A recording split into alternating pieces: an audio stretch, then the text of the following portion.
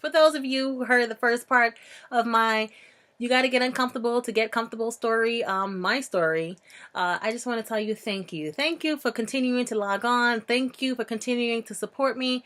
Thank you, because it ain't easy. But you know what? As long as you know that there are other people out there trying to do it with you, it gets a little bit easier.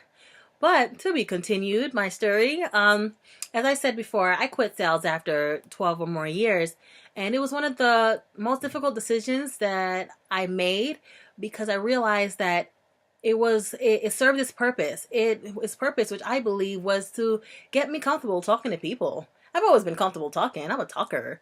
I've always been comfortable talking, but to get me out there and get me more comfortable getting myself out there and just being comfortable talking to people of all kinds of backgrounds and situations. But after quitting, I gotta say, I went through a spiral of emotions. I went through fear. I went through doubt. I went through insecurity. I went through so many different emotions that the average person probably say, "Why you quit? Why'd you stop?" Man, until you get that burning desire within you that you can no longer do anything without feeling like, "Oh man, I gotta get out of here." You're never gonna know. And a lot of us suppress that feeling because they say, "Hey, I got bills to pay. I have rent to pay. I have kids to feed." And I get it. Please believe when I tell you, I get it. I'm not telling you to go out there and quit your job. No. I did it. That doesn't mean that you have to do it. I'm telling you to find a plan B.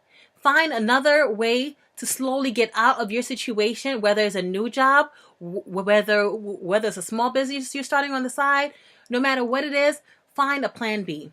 Because I had, in the process, that's when I started figuring out who I was. That's when I started figuring out what some of my desires were. That's when I started figuring out what some of my goals were. Unfortunately, when you're working, you don't have time to sit down and make personal goals. Your goals wind up becoming the job's goals, whether it's to make it to management level or director level, whatever it is. Your goals wind up becoming the job's goals.